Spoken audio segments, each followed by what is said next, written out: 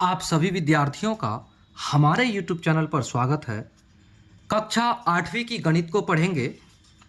कक्षा 8वीं की गणित में अब तक हम लोगों ने एक्सरसाइज 8.2 के 1 और 2 जो क्वेश्चन नंबर है उसको हल कर लिया है और इससे पहले के सारे प्रश्नावली को हमने हल कर रखा है। यदि आप चैनल पर नए हैं तो प्लेलिस्ट को चेक कीजिए, आपको सारे एक्सरसाइज के हल मिल जाएंगे। और आज हम लोग हल करेंगे फिर क्वेश्चन नंबर 3, 4, 5, 6, 7 इसको हल करेंगे। तो देखिए हल करेंगे। हल करने से पहले आपको बताएंगे कि देखिए एक बिजली के पंखे को 510 रुपये में बेचने पर एक दुकानदार को इतना प्रतिशत की हानि हुई। देखिए 15% की हानि उठानी पड़ी। बताइए दुकानदार ने पंखे कितने में खरीदा। यदि वो पंखे को 630 रुपये में बेचे तो उसे कितना प्रतिशत लाभ या हानि होगी। यानी दो बात इसमें आपको पूछा गया है। चलिए हल करते हैं। हम लोग पढ़ेंगे क्या, सबसे पहले ये लिखते हैं। हम लोग पढ़ेंगे, जरा इसको इधर कर लें, ठीक है। चलिए हम लोग पढ़ेंगे, सबसे पहले लिखते हैं क्लास 8 और क्या पढ़ेंगे, मैथमेटिक्स। और हमारा एक्सरसाइज होगा 8.2, है ना। क्वेश्चन नंबर कितना, 3। सबसे पहले आप इसमें क्या करें, बिजली के पंखे को बेचने पर यानी कि उसका विक्रय मूल्य, प्रथम विक्रय मूल्य हल करते हैं। दूसरा बार भी विक्रय मूल्य दिया है तो पंखे का विक्रय मूल्य फर्स्ट, पंखे का विक्रय मूल्य कितना दिया है भाई, हमें 510 रुपया, और इतना रुपया बेचने पर उसको कितना प्रतिशत हानि हुई, उसे 15% की हानि हुई। हानि दिया है हमें कितना, 15%, 15% हानि हुई। अब हमें ज्ञात करना है क्रय मूल्य। क्रय मूल्य क्या है आपको ये बताना है। क्वेश्चन के अनुसार बताइए कितना में खरीदा था। क्रय मूल्य बराबर व्हाट, ये आपको प्रश्न है, ठीक है। तो चलिए क्रय मूल्य बराबर क्या होता है, सबसे पहले हम ये करते हैं। फॉर्मूला होता है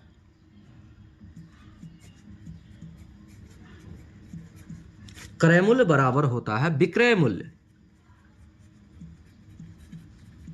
विक्रय मूल्य और उसके बाद गुणा में, बेचा कितना में, 510 रुपया में, और उसमें हानि होता है, उसे क्या होता है, तो यहां कर दीजिए 100, ठीक है, बटे 100 माइनस हानि, सॉरी यहां हानि लिखना है, हानि प्रतिशत, ये आपका सूत्र है, ठीक है, ये सूत्र है। चलिए अब इसे हल करते हैं। तो विक्रय मूल्य हमारा क्या है, विक्रय मूल्य हमारा है 510 रुपये, ठीक है, गुणा, अब 100 का 100 रख दीजिए और यहां 100 माइनस हानि प्रतिशत कितना है आपका, 15, है ना। अब इसे सरल कीजिए सरल, 510 इंटू यहां 100 बटे 100 से 15 घटेगा तो 85 हो जाएगा ना। अब आगे क्या करेंगे,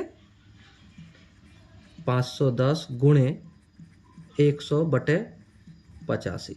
क्या आप इसे काट सकते हैं, काट के देखिए, 5 से काटते हैं, ठीक है, 5 एकम 5 बचा कितना, 3 तो 35, 15 7 5 35 हो गया। अब 5 से इधर काटते हैं, 5 दूना 10, 20 आ गया। अब देखिए इसको आप और सरल कीजिए तो 17 एकम 17, 17 तिया 51 आ गया, 10 यहां बराबर द्वितीय 6 यानी 600। हमारा क्या हो गया, क्रय मूल्य बराबर 600, क्रय मूल्य बराबर 600। ये क्या निकला हमारा, पंखे का क्रय मूल्य, ठीक है। तो क्रय मूल्य हमें प्राप्त हो गया, क्लियर। अब चलिए, अब इसमें आपको फिर से कहता है पुनः, ये लिखते हैं पुनः पंखे का विक्रय मूल्य, पंखे का विक्रय मूल्य कितना दिया है? आपको दिया है 630 रुपया। कहता है यदि 630 रुपया में अगर बेच दे तो कितना रुपया हानि होगा या लाभ होगा? तो सबसे पहले विक्रय मूल्य यहां अधिक है और क्रय मूल्य कम है। चूंकि क्रय मूल्य कम है, किससे? विक्रय मूल्य से, यानी विक्रय मूल्य अधिक है, तो क्या होगा? लाभ होगा। इसलिए लाभ बराबर कितना होगा? 630 माइनस कितना? 600 बराबर आपका लाभ आ गया 30 रुपया। ये 30 रुपया क्या है? लाभ है। आपको क्या बोलता है? लाभ या हानि होगी, कितना प्रतिशत? तो प्रतिशत, तो हानि या लाभ, लाभ प्रतिशत बराबर होता क्या है? आपको पता होगा, लाभ गुना 100 बटे क्रय मूल्य। तो लिखते हैं लाभ प्रतिशत। अब लाभ प्रतिशत बराबर क्या हो जाएगा? लाभ गुना 100 बटे क्रय मूल्य। ये सारे फॉर्मूला को आपको याद करना पड़ेगा। अगर आप फॉर्मूला को याद कर लेते हैं, समझ लेते हैं, तो क्या हो जाएगा? आपसे आराम से मैथ बन जाएगी।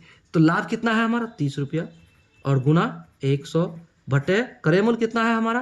क्रय मूल्य तो आपको पता है 600। काटिए, 1 1 1 1 कट गया 30।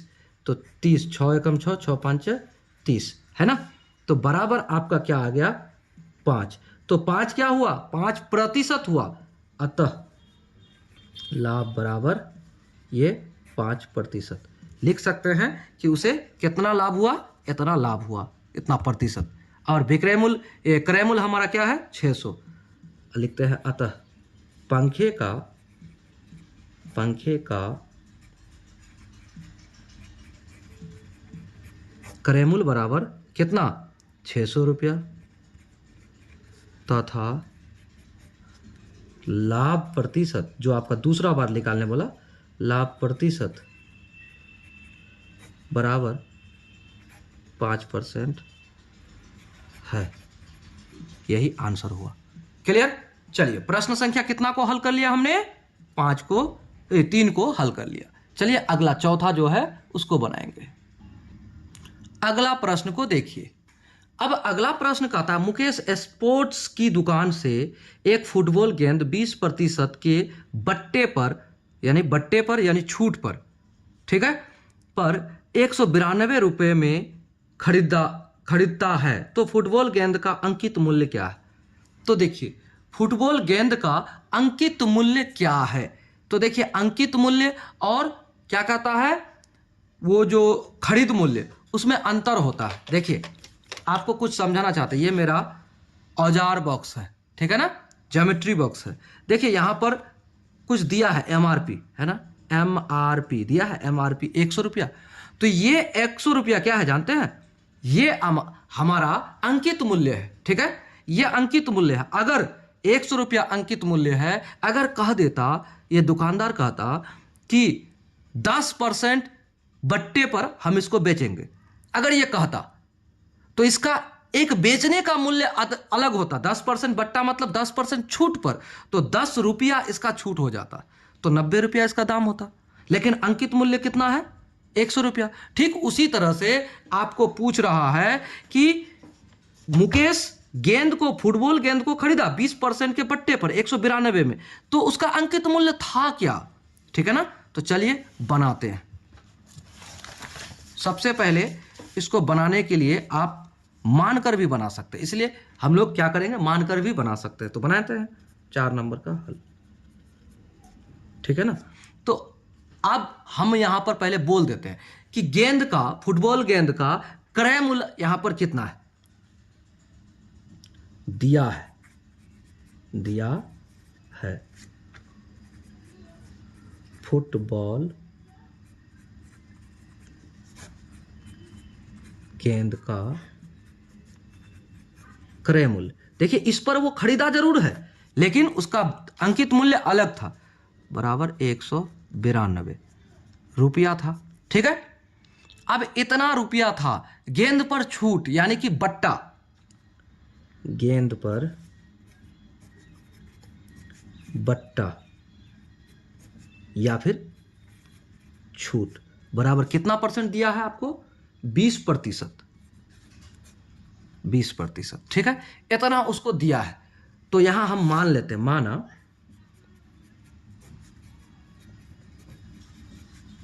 अंकित मूल्य किसका?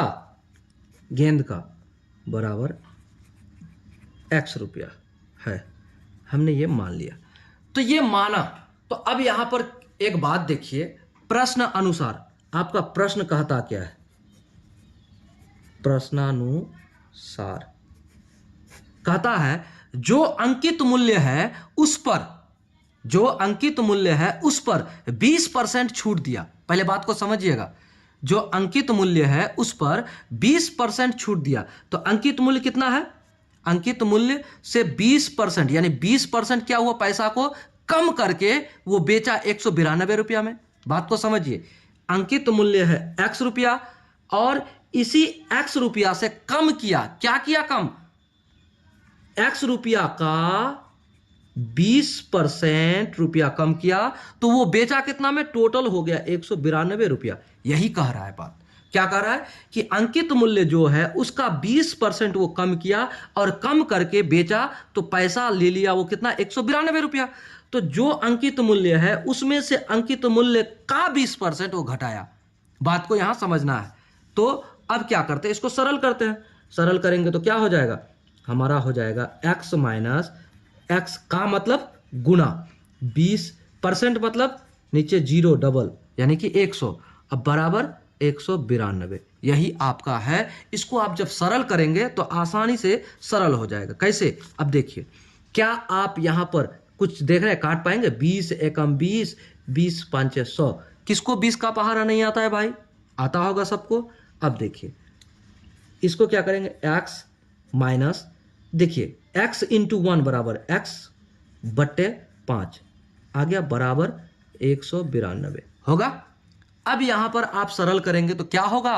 देखिए, इतना तो सरल करने के लिए आपको आना चाहिए। आप कक्षा 8वीं में है।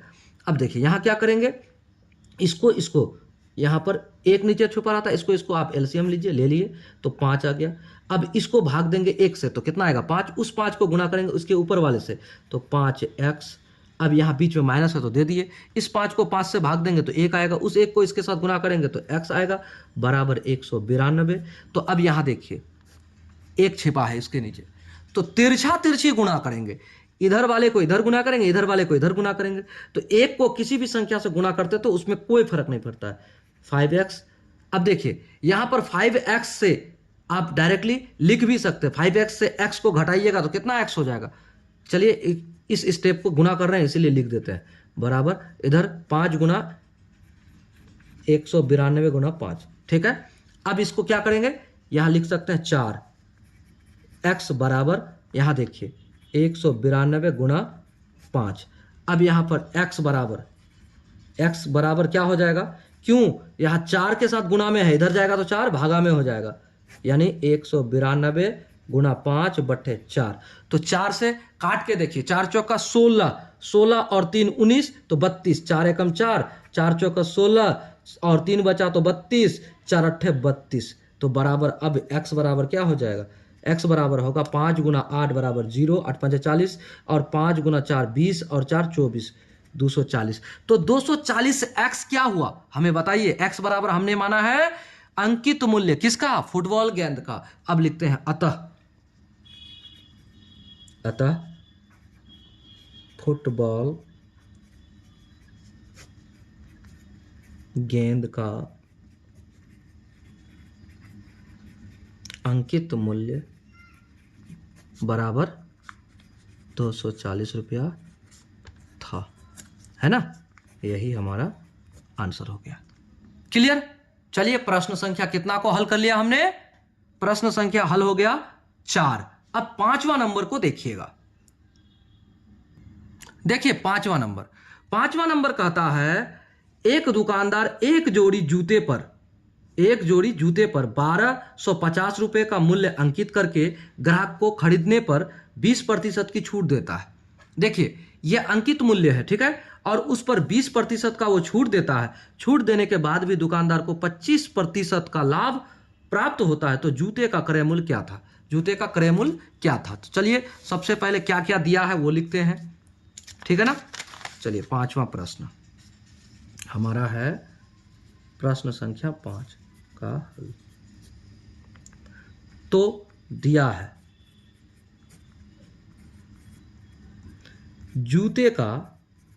जूते का अंकित मूल्य। अंकित मूल्य मतलब जो प्राइस लिखा हुआ है, अंकित मूल्य बराबर कितना रुपया दिया है? 1250 रुपया, ठीक है। अब इस पर जूते पर कुछ छूट दे रहा है। कितना % छूट है? जूते पर छूट बराबर कितना %? तो 20% का छूट दे रहा है। किस पर? अंकित मूल्य पर। अंकित मूल्य इतना है, इतना पर 20% छूट दे रहा है। जूते पर लाभ प्रतिशत कितना दिया है? जूते पर लाभ बराबर इतना छूट देने के बाद भी वो कितना % छूट लाभ कमाता है? कितना %? 25% वो लाभ कमाता है, ठीक है ना। जूते का विक्रय मूल्य क्या है? कहता है जूते का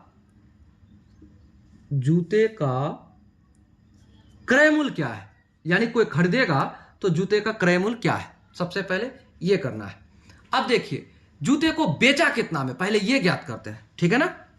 जूते का विक्रय मूल्य बराबर व्हाट, पहले क्या कितना में बेचा उसको क्लियर करते हैं, ठीक है ना। क्योंकि वो 1200 में इतना % छूट दे रहा है। तो चलते हैं, चूंकि विक्रय मूल्य बराबर क्या होता है? बराबर होता है अंकित मूल्य, क्योंकि अंकित मूल्य पर छूट दे रहा है, ठीक है।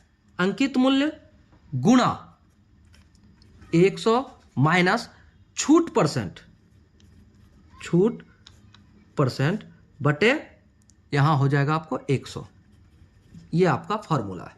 तो अंकित मूल्य कितना है भाई? ये विक्रय मूल्य डायरेक्टली निकल जाएगा, ठीक है।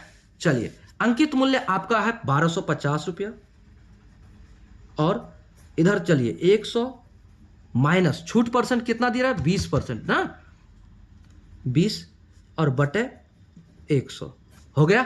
चलिए अब इसको आप आगे बढ़ाइएगा तो कितना हो जाएगा? 1250 का इधर 100 से 20 गया तो 80 बटे 100। क्या इसको काटेंगे तो कटेगा, एक इधर एक इधर, एक इधर एक इधर, कट गया। अब देखिए बचा क्या मेरा 25 8 है, यानी कि इसको हम गुणा करेंगे तो आ जाएगा 125 8 है 800, और 125 8 25 8 होता है 200, यानी कि 1000। आप गुना करोगे आपको 1000 रुपया आ जाएगा। तो विक्रय मूल्य हमारा क्या था? बेचा, विक्रय मूल्य हमारा आ गया कितना? 1000 रुपया। अतः जूते का विक्रय मूल्य लिख देते हैं। अतः जूते का विक्रय मूल्य बराबर क्या हो जाएगा? 1000। तो देखिए 1000 रुपया विक्रय मूल्य, इसके ऊपर भी जब 1000 रुपया में वो बेच भी देता है, छूट दे दिया, अंकित मूल्य था 1250 जिसमें 20% छूट दिया, तो उसका कितना रुपया विक्रय मूल्य था? 1000। तब भी उसको जूते पर कितना % लाभ हुआ? उसको लाभ हुआ कितना %? 25% लाभ हुआ। आपको कहता है तो 25% लाभ हुआ। तो अब आप क्या कीजिए, जूते का क्रय मूल्य ज्ञात कीजिए, ठीक है। अब क्योंकि कितना में वो खरीद के लाया था, अब जूते का क्रय मूल्य बराबर, तो देखिए क्रय मूल्य बराबर जो फॉर्मूला होता है विक्रय मूल्य गुणा विक्रय मूल्य गुणा 100 और बटे, अब देखिए यहां पर लाभ हो रहा है ना, लाभ हो रहा है तो प्लस करेंगे 100 प्लस कितना %? 25% लाभ हो रहा है, ठीक है। चलिए अब 25% लाभ हो रहा है तो यहाँ प्लस कर दिए, और जहाँ छूट होता था तो वहाँ माइनस करते हैं। ठीक है, तो चलिए अब यहाँ पर क्या हो जाएगा, हमारा क्रय मूल्य निकल जाएगा। क्या करेंगे, विक्रय मूल्य आपका कितना है 1000, ठीक है, गुणा 100, और इसको पहले इधर रख दीजिए, तो 100, और ये 25% नहीं करना था, 25 तो आपका 25% तो है, ठीक है। अब यहाँ पर 100 प्लस 25 तो 125 हो गया। अब इसको क्या करेंगे, काट सकते हैं, 25 चौका 100, 25 पंचे 125 काट सकते हैं। अब इसको हम यहाँ कर सकते हैं 1000 गुणे 4/5 कर सकते हैं, 5 एकम 5, 5 दूनी 10, तो 1 2 2 ठो जीरो यहाँ आ गया, बराबर 2 चौका 8 और बराबर 00। ये 00 क्या है, ये जूते का क्रय मूल्य है, क्रय मूल्य बराबर हो गया इतना। अब देखिए आपसे सवाल में जो जो कहा था वो सारी बातों को लिख दीजिए। आप क्या क्या कहा था, आपसे पूछा है कि जूते पर इतना प्रतिशत लाभ हुआ तो जूते का क्रय मूल्य क्या है, अतः जूते का क्रय मूल्य बराबर 800 रुपया है आंसर। ये आपका फाइनल हो गया, क्लियर। तो चलिए अगला प्रश्न को बनाते हैं। प्रश्न संख्या 6 को देखिए। सोहन द्वारा एक डिपार्टमेंटल स्टोर से खरीदी गई सामग्री का बिल निम्नानुसार है। बिल की कुल राशि ज्ञात कीजिए। इस बिल की हमें कुल राशि ज्ञात करना है। हमने इसको जिस प्रकार से ग्राफ दिया है उस तरह से बना भी लिया है कॉपी पर। चलिए आपको बताते हैं। देखिए यहाँ पर कहता है ये क्रम संख्या, ये सामग्री का नाम टी शर्ट, क्रॉकरी, 1 किलो घी, 1 मूंग दाल 1 किलो, और उसके बाद इसका रुपया, टी शर्ट का दाम 250 रुपया, क्रॉकरी का दाम 300 रुपया, घी का दाम 260 रुपया और मूंग दाल का दाम कितना 60 रुपया। लेकिन ये टैक्स के बिना है, बिक्री कर, यानी टैक्स लगेगा इस पर अलग से। तो इस पर क्या टैक्स है, ये 250 रुपया में 4% टैक्स जोड़ के उससे पैसा लेगा। तो बिक्री कर 4% कितना हुआ, इतना का हमें निकालना है। फिर 300 का 10% कितना हुआ, यहाँ निकालना है। उसके बाद 260 का 5% कितना हुआ, यहाँ निकालना है। उसके बाद 60 रुपया का 2% निकालना है, कितना होगा, यहाँ लिखना है। उसके बाद ये जो बिक्री कर रुपया में आ जाएगा यानी टैक्स, उस टैक्स को जोड़ के इसके साथ जोड़ देंगे, यानी इसके साथ ये टैक्स जुड़ेगा। जुड़ने के बाद टोटल रुपया कितना देगा वो दुकानदार को, वो हमें बताना है। चलिए शुरू करते हैं। तो देखिए आपको एक बात समझाना चाहते हैं, हमने उसको ठीक ठीक उसी तरह से लिख दिया ना। देखिए यहाँ लिखा है। अब यहाँ पर आपको एक बात बताते हैं, इतना का 4% है ना, इतना का 4% बराबर क्या होगा, 250 का 4/100। काटिए, इसको काटेंगे तो कितना हो जाएगा, देखिए इसको काटेंगे तो 1 0 1 0 कट गया।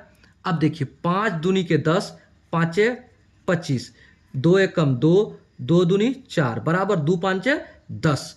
इसमें कितना रुपया लगा टैक्स, इसमें लगा मात्र 10 रुपया, बराबर 10 रुपया। ठीक है, तो 10 रुपया और ये 250 रुपया, टोटल कितना रुपया इस सामान का मूल्य है, इसका मूल्य हो जाएगा 250 प्लस 10 बराबर कितना हो जाएगा, 260 रुपया। हो गया, हमने एक का फाइनल कर दिया। अब आइए इसका 300 का, तो 300 का 10% काटिए, 1 0 1 0 1 0 1 0 कट गया। अब 30 रुपया बराबर 30 रुपया, तो 30 रुपया और 300 रुपया, 300 प्लस 30 बराबर हो गया 330 रुपया। इसमें लागत, इस क्रॉकरी का दाम हो गया 330 रुपया, हमने निकाल दिया। अब देखिए आगे, देखिए 260 का 5%, तो 260 का 5%, तो देखिए काटेंगे 1 0 1 0 कट गया। 5 एकम 5, 5 दूनी के 10, 2 एकम 2, 13 दूनी के 26 यानी बराबर 13 रुपया।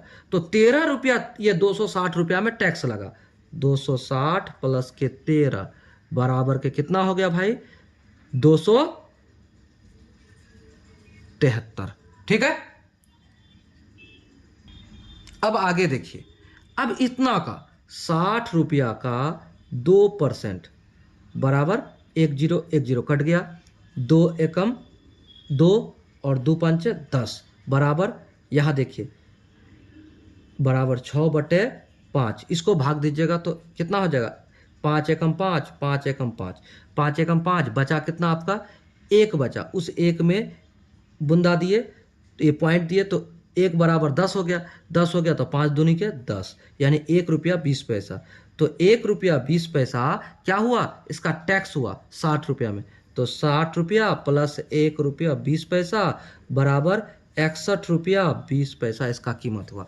तो अब बताइए कि जो सोहन ये सामान खरीदा तो टोटल कितना रुपया दिया, तो कुल लागत उसको लगा, कुल पैसा दिया वो कितना दिया, कुल पैसा दिया 260 प्लस 330 प्लस 273 प्लस 61 रुपया 20 पैसा। इसको जोड़ देंगे तो हमारा कुल पैसा जो दिया है 20 पैसा इधर दे दीजिए। अब 3 और 1 4। अब देखिए 6 3 9, 9 और 7 16, 16 और 6 22 का 2 हासिल रहा 2, 2 आया, 2 2 4, 4 3 7, 7 2 9, 924 रुपया 20 पैसा उसको देना पड़ेगा। अतः सोहन को कुल 924 रुपया 20 पैसा देना पड़ेगा दुकानदार को ना। ये हमारा आंसर हो गया। क्लियर। प्रश्न संख्या कितना हल कर लिया हम, 6 नंबर को हल कर लिया। अब चलिए 6 नंबर कंप्लीट हो गया तो अब हम लोग कितना नंबर बनाएंगे, 7 नंबर। इसको भी फाइनल कर ही लेते हैं। जरा 7 नंबर को देखिएगा। राखी को 250 रुपये मूल्य की खेल सामग्री, देखिए राखी कहाँ गई, कोई लड़की है, वो गई 250 रुपये की खेल सामग्री खरीदी तथा 220 रुपये मूल्य के चमड़े का बैग क्रमशः 6% और 12% बिक्री कर देकर, यानी इतना पर वो बिक्री कर दिया 6 रुपया और इतना पर दिया 12 रुपया, तो बतलाइए उसने कुल कितने रुपए चुकाए। तो चलिए लिखते हैं सबसे पहले 7 नंबर का हल। तो सामग्री का मूल्य, खेल सामग्री का मूल्य कितना है, दिया है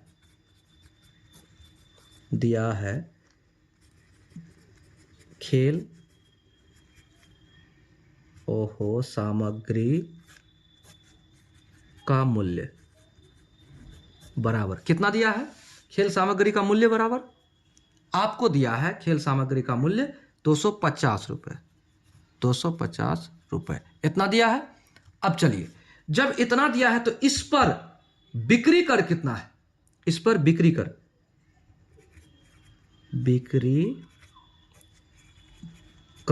कितना दिया है आपको 6%। ठीक है, किसका, खेल सामग्री का। तो खेल सामग्री का बिक्री कर ये दे दिया।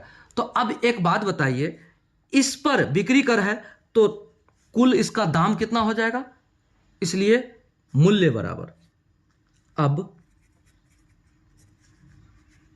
कुल मूल्य बराबर क्या करेंगे, 250 का 6%। अब देखिए इसमें अगर हम ये निकालेंगे तो ये बिक्री कर निकल जाएगा और उसमें क्या करेंगे, कुल मूल्य को जोड़ देंगे, इसको जोड़ देंगे तो हमारा कुल मूल्य सामग्री का निकलेगा। तो प्लस कर देते हैं सामान्य का मूल्य, यहां करेंगे यानी तो फिर इसको पहले निकाल लेते हैं। 1 0 1 0 कट गया, 3 यहां आ गया, यहां 5 आ गया, 5 25 आ गया बराबर 5 15 रुपया। तो 15 रुपया ये बिक्री कर है, ठीक है ना, ये क्या है बिक्री कर। अब बिक्री कर, तो कर को यहां लिख देते हैं बिक्री कर, ये निकल गया। तो बिक्री कर निकला तो अब कुल मूल्य, अब इसको काट देते हैं, कुल मूल्य किसका, खेल सामग्री का कितना हो जाएगा, 250 प्लस के 15 बराबर 265 रुपया आ गया। अब चलिए किसका, अब यहां फिर से कहता है कि चमड़े का बैग, चमड़े का बैग का मूल्य दिया है, कितना रुपया दिया है भाई, 220 रुपया। बिक्री कर कितना है कर दिया है कितना 12%। तो 12%, तो बिक्री कर बराबर क्या हो जाएगा, यहाँ हो जाएगा 220 गुणा 12/100। काटिए, कट गया, ये 0 कटा। अब देखिए दो से काटेंगे तो ये हो जाएगा 2 6 के 12, 2 से काटेंगे तो ये 5, ठीक है। और कटेगा नहीं कटेगा, तो 22 6 के क्या हो जाएगा, 2 6 के 12, 2 6 के 12 और 1 13, 132/5। अब इसको काटिएगा तो 5 एकम 5, इधर 5 5 एकम 5, 5 दूनी 10, बचा 3, तो 5 6 के 30, बचा 2, 2 बचा तो 20, 5 के 20, यानी 26 रुपया 4 पैसा, 26 रुपया 4 पैसा यानी 40 पैसा। ये क्या है, बिक्री कर है। तो कुल मूल्य बराबर बैग का मूल्य। अब बैग का कुल मूल्य बराबर क्या हो जाएगा, आपका 220 रुपया प्लस के 26 रुपया 40 पैसा, टोटल कितना हो जाएगा 20 और 26, 20 26 46, 246 रुपया 40 पैसा। तो अब राखी को दुकानदार को कितना चुकाना पड़ेगा, अब राखी द्वारा दुकानदार को कुल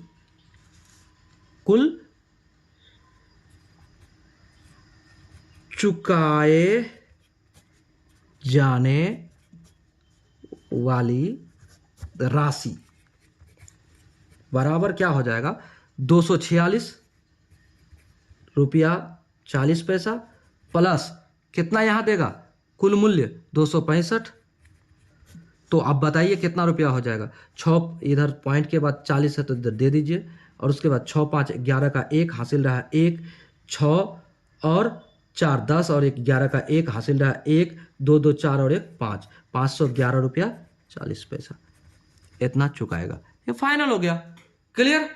तो चलिए प्रश्न संख्या 7 भी हमारा हल हो गया, और प्रश्न संख्या 7 के साथ साथ इस प्रश्नावली का भी दी एंड हो गया। तो चलेंगे अगला प्रश्नावली में मिलेंगे आपसे। अगर चैनल पर आप नए हैं तो चैनल को सब्सक्राइब कीजिए, अपने दोस्तों को शेयर कीजिए, और वीडियो को एक ही बार लाइक करना पड़ता है, एक बार लाइक जरूर कीजिए। आपको पसंद आ रही है वीडियो तो आप कमेंट में जरूर बताइए कि हाँ हमें पसंद आ गई है, ये अच्छा लग रहा है। आप अंग्रेजी में नाइस, वेरी नाइस कमेंट में कुछ ना कुछ तो जरूर कीजिए कि आपको कैसा लग रहा है। और हम ये आपसे प्रण लेकर कहते हैं कि 8वीं कक्षा की पूरी मैथमेटिक्स को आप तक उपलब्ध कराएंगे। उसके बाद फिर 8वीं के बाद आपको तो मिल ही रहा है, 10वीं का भी मैथमेटिक्स अपलोड किया ही जा रहा है। धीरे धीरे 8वीं 9वीं 10वीं के मैथ्स तो होगा ही, साथ ही साथ सभी सब्जेक्ट्स को आप तक उपलब्ध कराने का प्रण है हमारा। तो आप भी बने रहिए और वीडियोज को लाइक करते रहिए, कमेंट करते रहिए, दोस्तों को शेयर करते रहिए। जय हिंद।